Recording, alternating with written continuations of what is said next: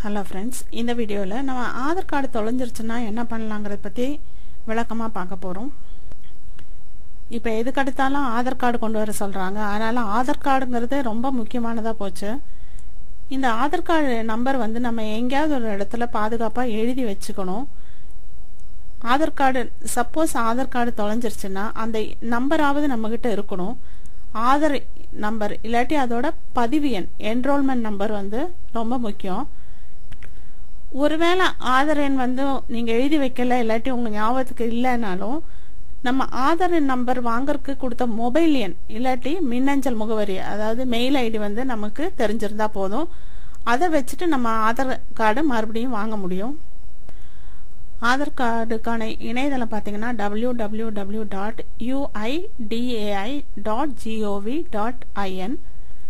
இப்போ காணாமல் போன ஆதார் கார்டுக்கு பதிலாக டூப்ளிகேட் பிரிண்ட் எடுக்க நினைக்கிறவங்க இந்த வெப்சைட்ல போய் retrieved lost uid/eid-ங்கிற லிங்க் வந்து கிளிக் பண்ணோம். அந்த பேஜில் பார்த்தீங்கன்னா உங்களுக்கு ஆதார் எண் வேணுமா இல்லை பதிவு எண் வேணுமான்னு கேட்பாங்க.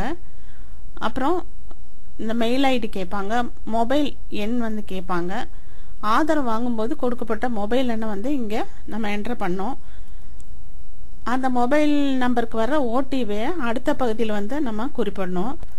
சப்போஸ் நமக்கு ஓடிபி வரலன்னா ஒரு 15 மினிட்ஸ் வந்து நீங்கள் வெயிட் பண்ணி பாருங்கள். அதுக்கப்புறம் நீங்கள் ரீசப்மிட் பண்ணால் போதும்.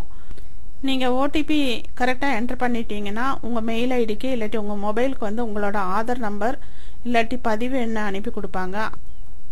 மொபைல் எண்ணுக்கு வந்து ஆதார் எண்ணை அனுப்பி இருக்கிறதா ஒரு மெசேஜ் வரும். ஆதார் பிரிண்ட் எடுக்க உதவ ஒரு லிங்க் இருக்கும். டவுன்லோட் ஆதார்ங்கிற லிங்கை வந்து நம்ம கிளிக் செய்யணும்.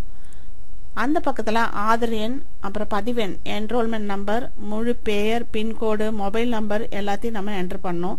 மறுபடியும் நம்ம மொபைலுக்கு வந்து ஒரு ஓடிபி கொடுப்பாங்க. அதையும் என்ட்ரு பண்ணால் டவுன்லோட் லிங்க் கிடைக்கும். இப்போ அந்த லிங்கை கிளிக் பண்ணி நம்ம டவுன்லோட் பண்ணால் பாஸ்வேர்டால் ப்ரொடெக்ட் பண்ண ஒரு பிடிஎஃப் ஃபார்ம் கிடைக்கும். அந்த பிடிஎஃப் ஃபார்மில் பாஸ்வேர்டு பார்த்தீங்கன்னா உங்களோட பின்கோடு தான் பாஸ்வேர்டு.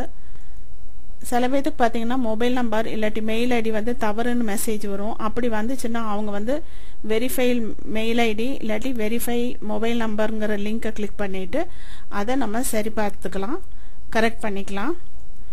இப்போ நம்ம டவுன்லோட் பண்ணுறது வந்து டூப்ளிகேட் சொல்கிறோம், ஆனால் அது டூப்ளிகேட் கிடையாது, அது ஒரிஜினல் மாதிரி தான். எவ்வளோ தடவை பிரிண்ட் எடுத்தாலும் நம்ம வந்து அது ஒரிஜினல் மாதிரி தான் அது அர்த்தம். அதனால் இது டூப்ளிகேட்னு நினைக்க வேண்டிய அவசியம் இல்லை. ஸோ ஃப்ரெண்ட்ஸ், இந்த வீடியோவில் நான் சொன்ன விஷயங்கள் உங்களுக்கு யூஸ்ஃபுல்லாக இருந்திருக்கும்னு நினைக்கிறேன். தேங்க்யூ ஃபார் வாட்சிங்.